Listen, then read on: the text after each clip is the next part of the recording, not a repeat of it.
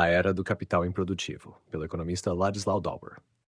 Ladislau Dalbor é um renomado economista brasileiro nascido em 1941, conhecido por suas contribuições aos estudos da economia e pelas questões de desenvolvimento sustentável e justiça social.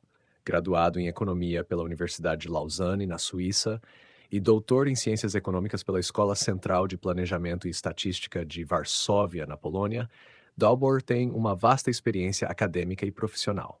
Atualmente, é professor titular na Pontifícia Universidade Católica de São Paulo e, além de sua atividade acadêmica, também atuou como consultor para diversas organizações internacionais, como a ONU, PNUD, Unesco e Unicef, contribuindo para o desenvolvimento de políticas públicas e estratégias de desenvolvimento sustentável em diversos países. A Era do Capital Improdutivo, pelo economista Ladislau Dalbor, se trata de uma análise crítica do sistema global econômico e financeiro da atualidade. Mas antes de eu adentrar no conteúdo do livro, eu tenho que deixar claro o conceito do capital improdutivo.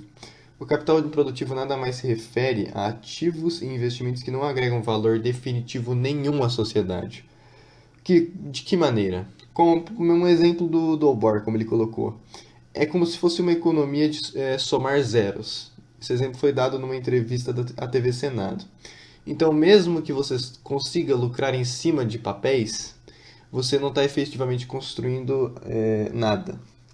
Esses exemplos podem ser esses exemplos de capital produtivo podem ser observados em aplicações financeiras especulativas, serviços de consultoria jurídico ou principalmente de intermediação bancária. Né?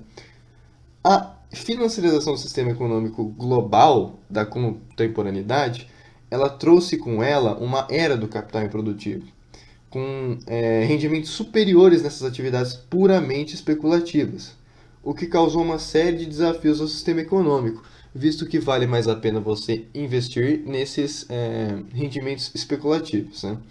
Isso gerou uma série de desafios.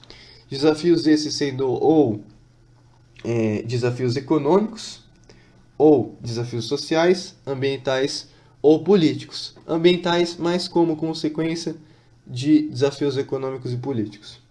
Mas enfim, em questão aos desafios econômicos, a gente pode tracejar uma desconexão entre a economia real e o capital, com a maior parte do capital financeiro sendo concentrado em atividades especulativas, ao invés das atividades produtivas em si, produtivas de bens e serviços. Isso limita bastante a criação de empregos estáveis, com a dinâmica imprevisível dessa relação entre a economia produtiva e a questão especulativa do mercado, gerando uma vulnerabilidade maior da economia a crises econômicas. Né? Como consequência, então, uma série de desafios sociais vão ser impostos na sociedade, visto essa desconexão que foi feita. Né?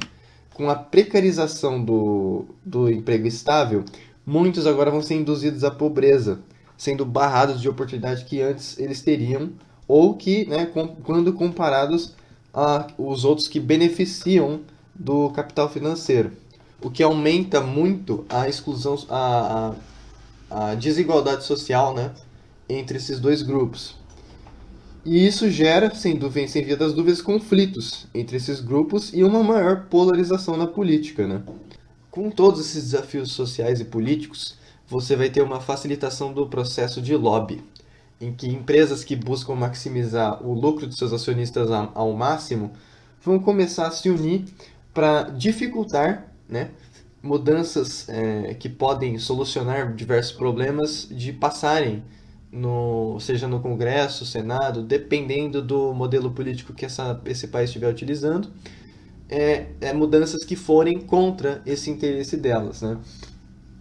Obviamente, isso unido a todas as dificuldades já existentes, vão criar uma perda de confiança da população no governo e vão criar uma bola de neve de problemas insolucionáveis, certo? Mesmo após inúmeros mandatos.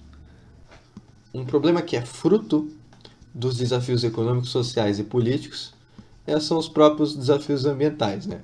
Em que você joga em segundo plano toda a pauta e debate ambiental em função ao lucro de quem se beneficia da financiarização do sistema econômico, ou seja, os acionistas dessas empresas, próprias empresas que, como a gente disse anteriormente, são responsáveis por fazer lobby no meio político. Então, todos os questionamentos e debates em questão em função a mudanças climáticas, poluição e preservação da fauna, flora e dos recursos naturais do planeta e uso sustentável desses mesmos é jogada para baixo do ônibus, né? Infelizmente.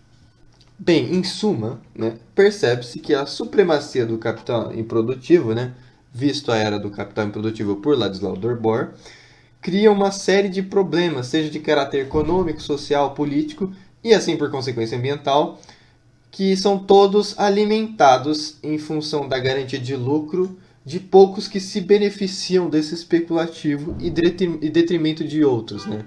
Que principalmente do setor produtivo.